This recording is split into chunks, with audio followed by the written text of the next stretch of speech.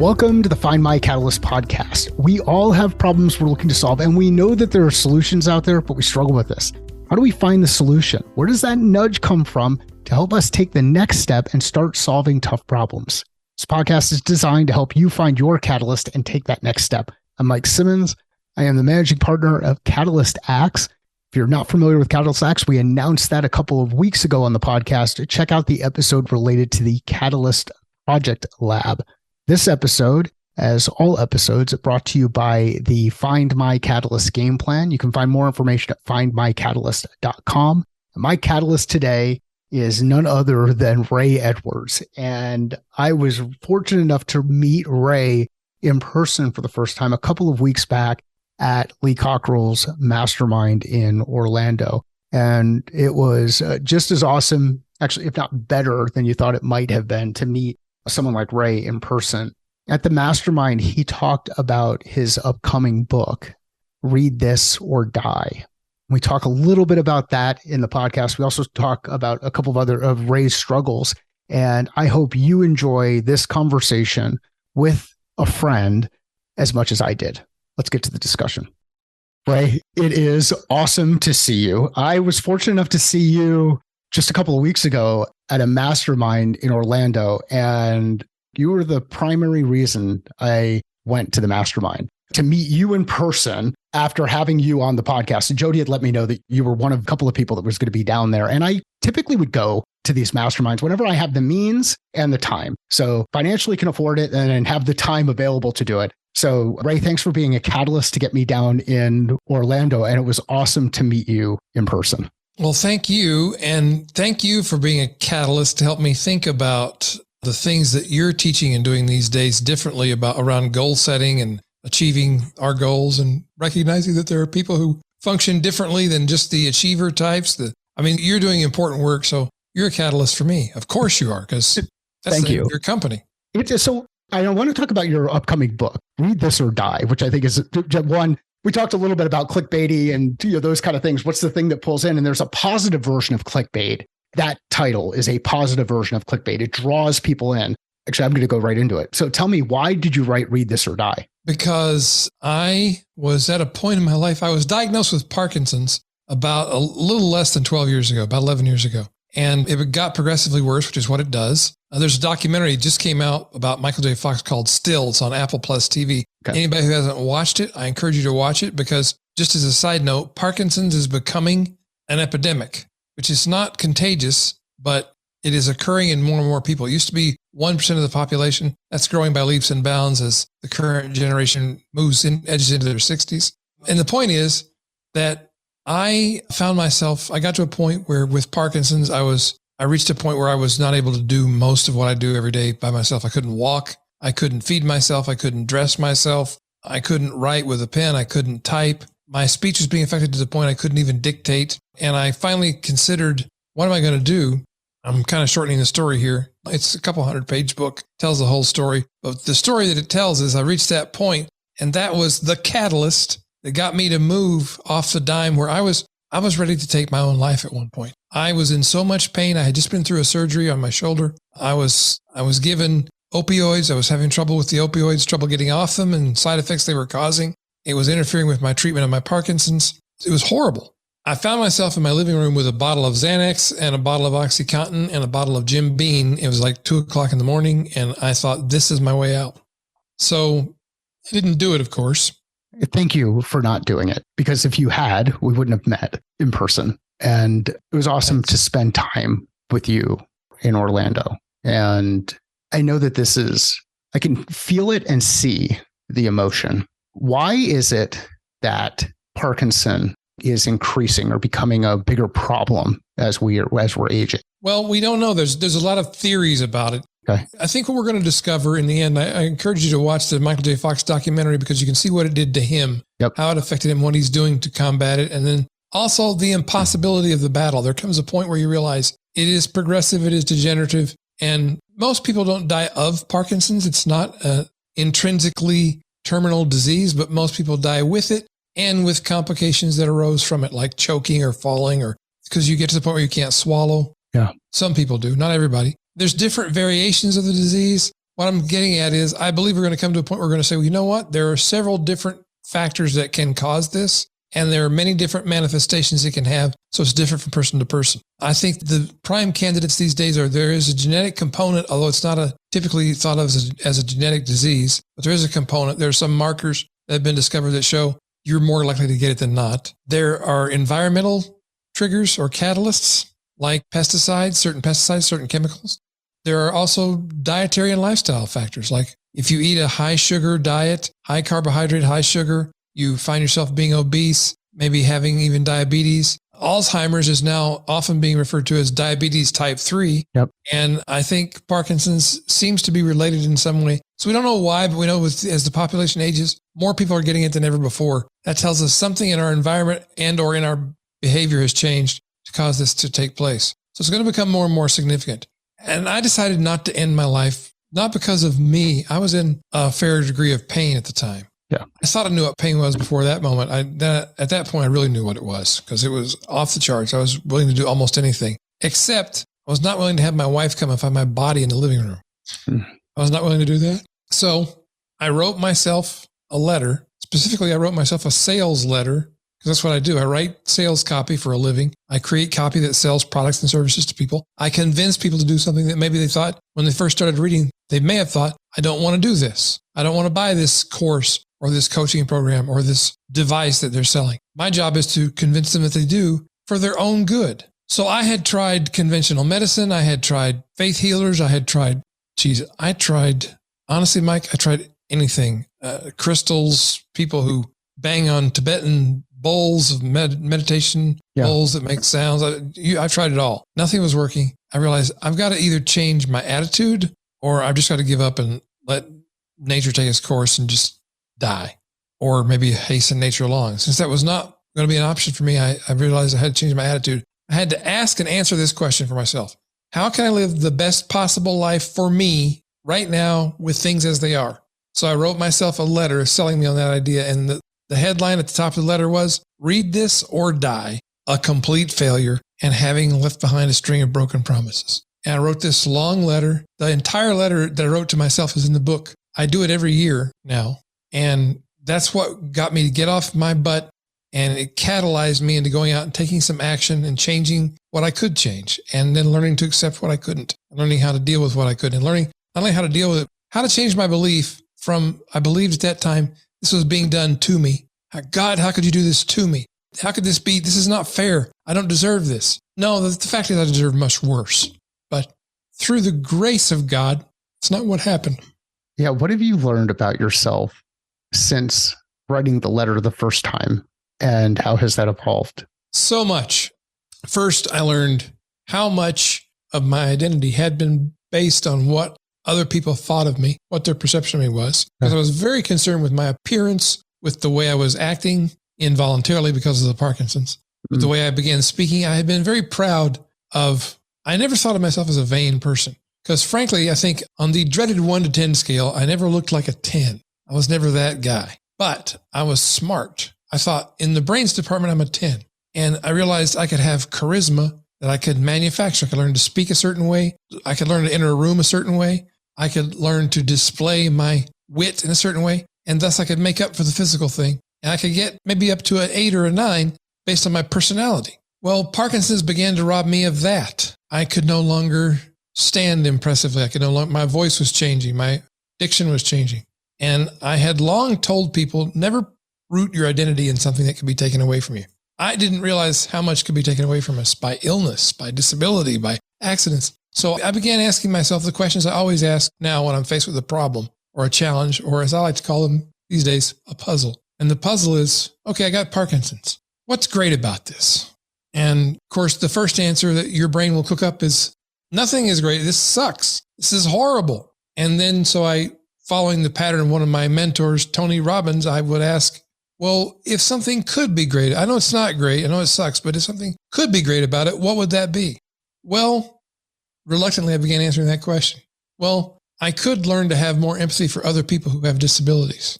I could learn to have more empathy for people who are older than me, for people who maybe don't have a disability, but now I used to get very frustrated, Mike, with people who would say, I can't do what you do because I can't stand up and speak in front of a group. And I'd be like, are you kidding me? You can't get in front of a group of people and talk? Oh yeah, it's on the biggest fears list. I fear that more than I fear death.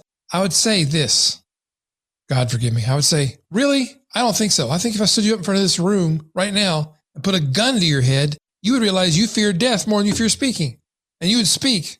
So I was merciless. But now I began to realize I was nervous about speaking in front of groups now. I was nervous about how I looked and how I sounded. It's a challenge. I'm still learning the skill of dealing with setting that aside.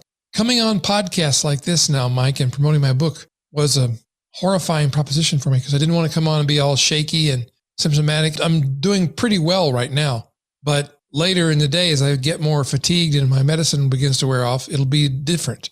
Yeah. Although it's better than it has been a long time. I had a miraculous thing happen because of this letter that I wrote myself. I'll come to that later, but I just became more empathetic, more understanding. I had more patience for my clients, for my team members.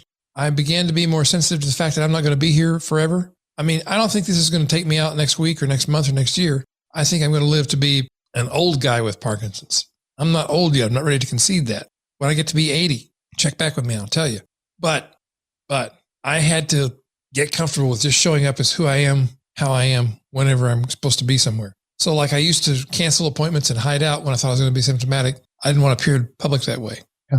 And so I've also learned patience, that things go slower for me now that I have Parkinson's. Things go slower for lots of people, not because they have Parkinson's, because they maybe have ADHD, or maybe they're just not somebody who moves quickly. That's not their personality. It's not their personality to be a go-getter, an achiever, a D on the DISC scale, an INTJ on the Myers-Briggs. You know, the world is made up of people with many different personalities, many different psychological makeups, many different experiences, different traumas they've dealt with. And if we've learned anything over the last 3 to 4 years, it's that I think we need a lot more patience to one another and a lot more understanding, a lot more putting ourselves in the position of other people to try to see things from their point of view before we try to get our point of view across. Because what I find is the more I try to understand your point of view, especially when it's very different from mine, and I set aside the inner dialogue where I'm trying to figure out how am I going to refute everything you just said, but I'm just listening to what you're saying and trying to put myself in that narrative with you. I find by the time I've really understood it and I can articulate it back to you, maybe even better than you said it to me. That's my goal when I have a conversation with somebody. To be able to get to a point where they say, my God, do you understand me? Nobody else gets me like that. By the time I get there, I have no need to refute them. It's pretty powerful when you can differentiate yourself in both the questions you ask yourself and ask others, and your ability to listen, be committed to listening after you ask those questions. That's one of the things I heard as you were talking about both empathy and patience. The comfort in being able to ask the question and the presence to listen and go deeper. That's pretty powerful. Yeah, it's life-changing. And then as I detail the story out in the book, I go through the whole series of revelations I had, because I had to examine lots of things in my life that I clearly got wrong, like the way I was treating other people. And people always, not always, people often told me, you're a nice guy. You're very caring. And I feel like I was, but I took it so much for granted that what I was really doing a lot of the time was acting like the nice guy I knew I was supposed to be.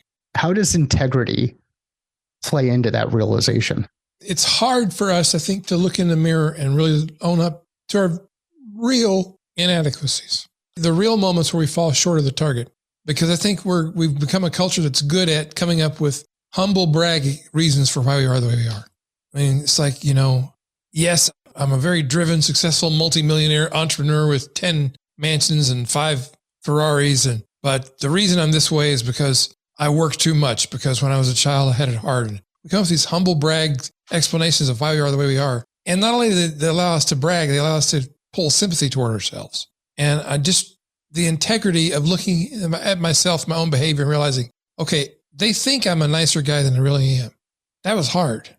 But integrity becomes important to you when you realize it may be one of the last things you have left you have any control over. We can be in integrity instantly when we own up to and fess up to where we really are as opposed to where we want people to think we are. Yeah. Mentally, emotionally, physically, financially.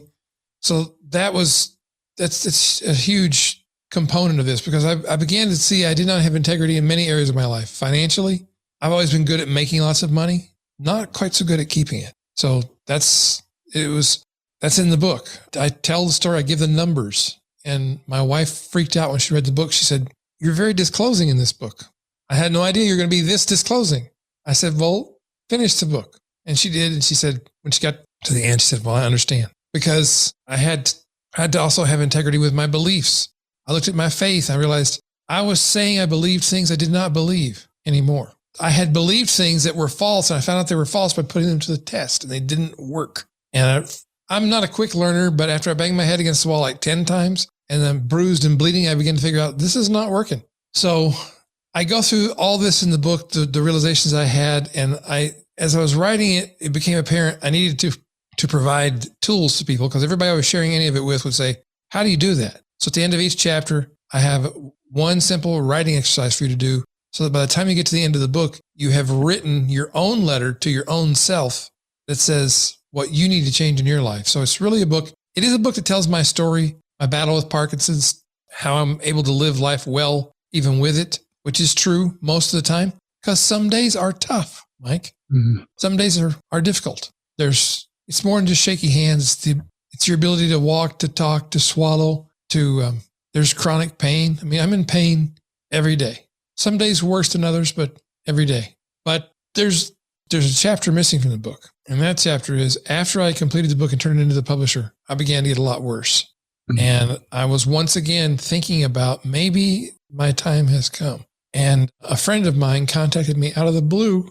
Hadn't heard from him in 10 years. He said, "Hey, Ray, I don't know if you knew this, but I was diagnosed with Parkinson's disease. And I saw some of your posts on Facebook, and I thought I would share with you. I had this surgery that changed my life. It's called deep brain stimulation surgery. I had steadfastly rejected that idea, which has been suggested by my neurologist for the last 5 years. Why'd you reject it? Because it scared the shit out of me. Can I say that word on your show? You could absolutely. You can say whatever word you want on the show. Okay. It was scary. I thought it was barbaric because what they do is they cut 2 holes in your skull. Okay. And they drive these probes down deep into the base of your brain, these electromagnetic probes. There's a wire that connects this one to this one. For those who are listening to the audio, I'm showing him on my own skull where this is. And then the wire runs down here to this little power pack and this little electronic brain that controls my deep brain stimulation system. And it emits electromagnetic waves that quiet the erroneous signals in your nervous system caused by Parkinson's and subdue your tremor and many of the other symptoms. Wow. That's why I was able to come to the mastermind. That's why I was able to walk in the room. That's why I'm able to be here doing this right now. And sometimes I'm shakier than others. I've learned to live with that. I'm learning to live with it. It's a continual learning process. But my back was against the wall. I was like, I have to do something. This seems like the last chance I have to get my life, any quality of life back so that I can be willing to continue living it. So I went in and saw the brain surgeon. He said, "You're a good candidate for this. It'll work well for you. I wish you'd come and see me a couple of years ago, but it's good. We're good to go." He said, "If I were you, I would do it." And my brain surgeon is like the dream brain surgeon. He's like Dr. McDreamy from that Grey's Anatomy show. He's handsome. He's young. He's smart. He's funny. He's got $1 million smile like you do.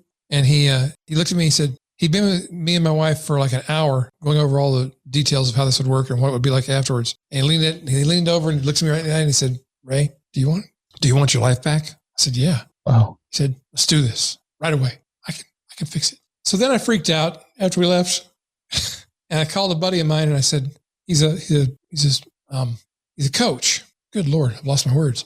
He's a mindset coach. He's my best friend in the world. Cliff Ravenscraft is who I'm talking about. Okay.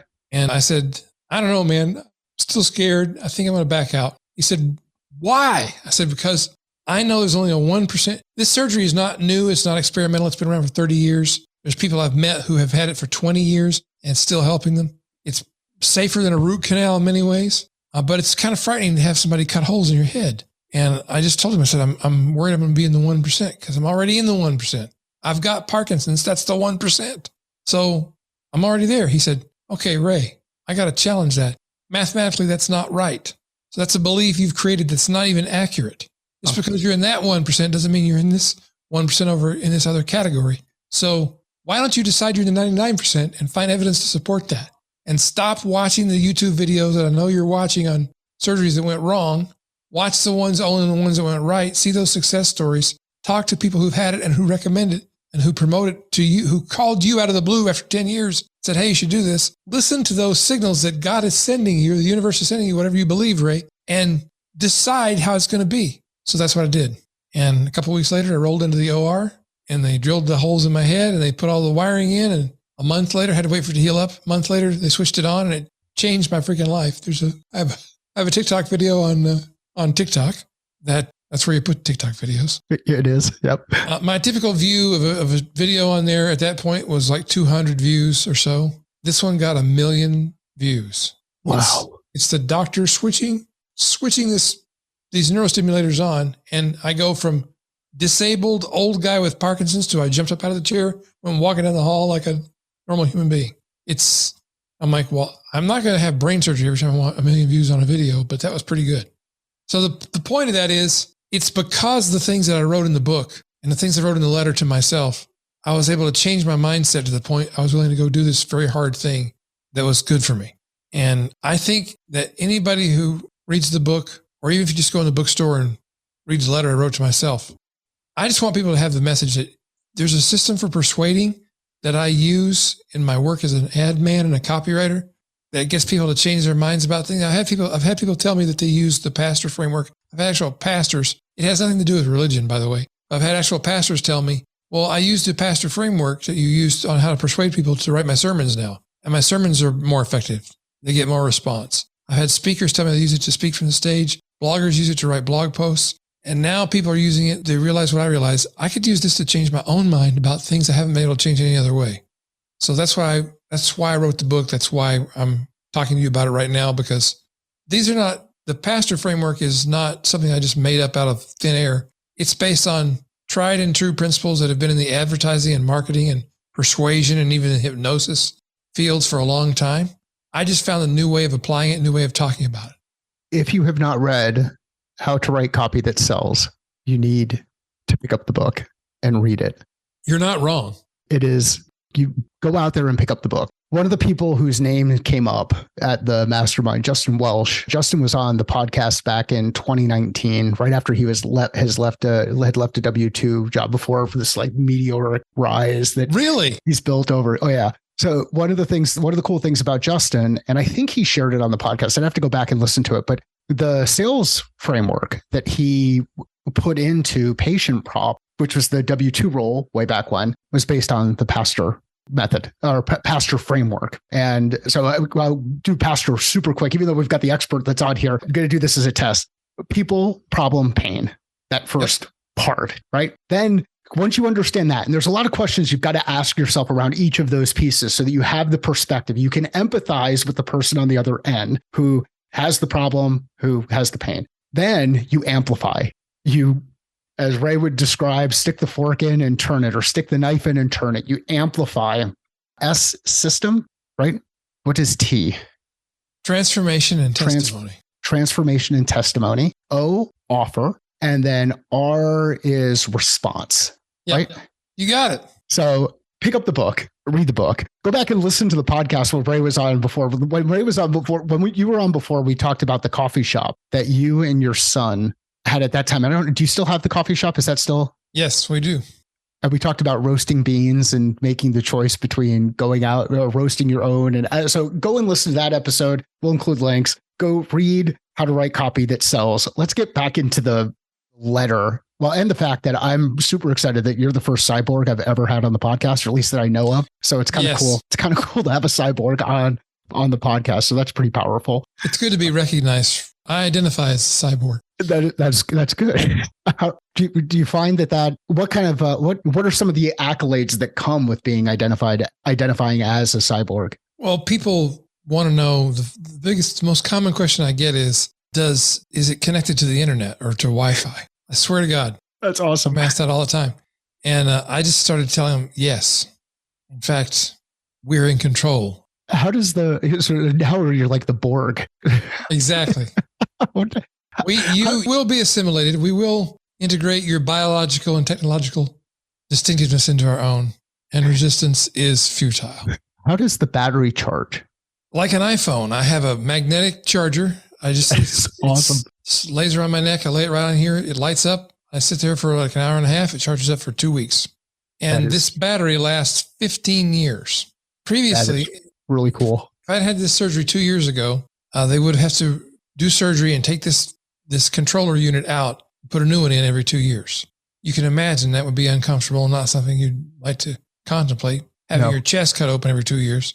This one, 15 years. And my brain surgeon said, after he saw me afterwards, he said, well, you look good. If there's no complications, I hope to never see you again. I said, well, you can hope. I plan to see you in 20 years when this one has to be replaced. It's going to last longer than you think. I'm wondering, is there an upgrade to the battery where you could actually just hook your phone up to it and you could actually charge your phone on your chest? I think there may be. There's actually the new, this is interesting. You know, we live in an amazing time. Technology is people are freaked out by it. And I guess we should be a little bit freaked out and pay attention to what's happening. But AI is a big deal right now. And the newest version of this technology that I'm using which I will get the upgrade when it's available. It uses AI to monitor your brain waves directly and dispense the amount of stimulation you need in the moment. So it goes up and down without you thinking about it. Awesome. It's incredible. And they're using the same technology now for spinal stimulation. So people who have been injured in a car crash or a farming accident, whatever, sports accident can actually get up and walk again in some cases, or get some sensation or movement back, which is huge. You talk to somebody who's totally paralyzed from the waist down, if they can start to wiggle their toes, they're freaking happy they can wiggle their toes. So there's so many miraculous things that are just on the horizon based on the technology we have available to us. Ray, it's this part of the story and the message is critically important. The people there's an opportunity for us to think differently about the way that we leverage technology and continue to invest in technology. Technology can be used to enable humans to do better human things. And it's not all of this doom and gloom. Now there's some ways where things could go completely wrong and everybody will get scared and concerned about it. If we're working with good people who are doing good things for the good of other humans, it's amazing what technology will allow us to do. A couple of years ago, 4 or 5 years ago, we wouldn't be recording with the quality of the type of connection that we have right now, where we're able to see each other with a really good camera, and we look like we did when we saw each other in person. Like, this technology continues to accelerate and amplify. And if we take a creative approach to the way that we envision the future, there really are no limits to what can be done from enabling humans to do better human things. That's right. And there are bad people who do bad things. There always have been. The interesting thing is now it's harder for them to hide and easier for the rest of us to ferret them out and shut them down. Yes. So I want us to focus on the positive forward momentum, helping other people, things we can do, and shut the bad guys down. Yes, but let's don't pretend they're in control, because they're not.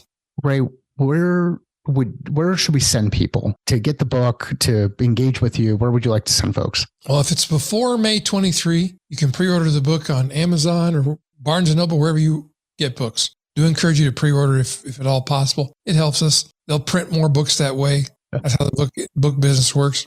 But anytime you can get it from Amazon, any bookstore, online, offline, get a copy of the book. Actually, I would encourage you to get two. Get one for yourself and get one to give to somebody else. Because if there's anything in your life you haven't been able to change, you tried the self-help books, you tried the diet books, you tried the exercise programs, you tried coaches and healers with crystals and mantras and whatever. Try this, because this works. This is what I've used to sell $500 million worth of products and services to people too. I know it works. It's tested in the marketplace. I tested it in my own life. It works. It'll help you. So go there, or go to readthisorddiebook.com. Readthisorddiebook.com. We have a video mini course that goes along with the book. The course goes into more detail. I was going to sell this mini course as a workshop for $2,500. Seriously, I was going to do that. It's not just the marketer and me hyping it up, but I've got other things that need to be focused on right now. So I recorded it and made it into a course. You can have it online for free if you get a copy of the book. That's simple. Awesome. And we'll include links in the show notes. If you know of somebody who would find value in this discussion, which I know you do, share it with them. Let Ray and I know via LinkedIn, Twitter, Instagram, any of the social media areas that you engage with. Sales is a thinking process. Business is a thinking process. Life is a thinking process. How are you thinking differently about your process?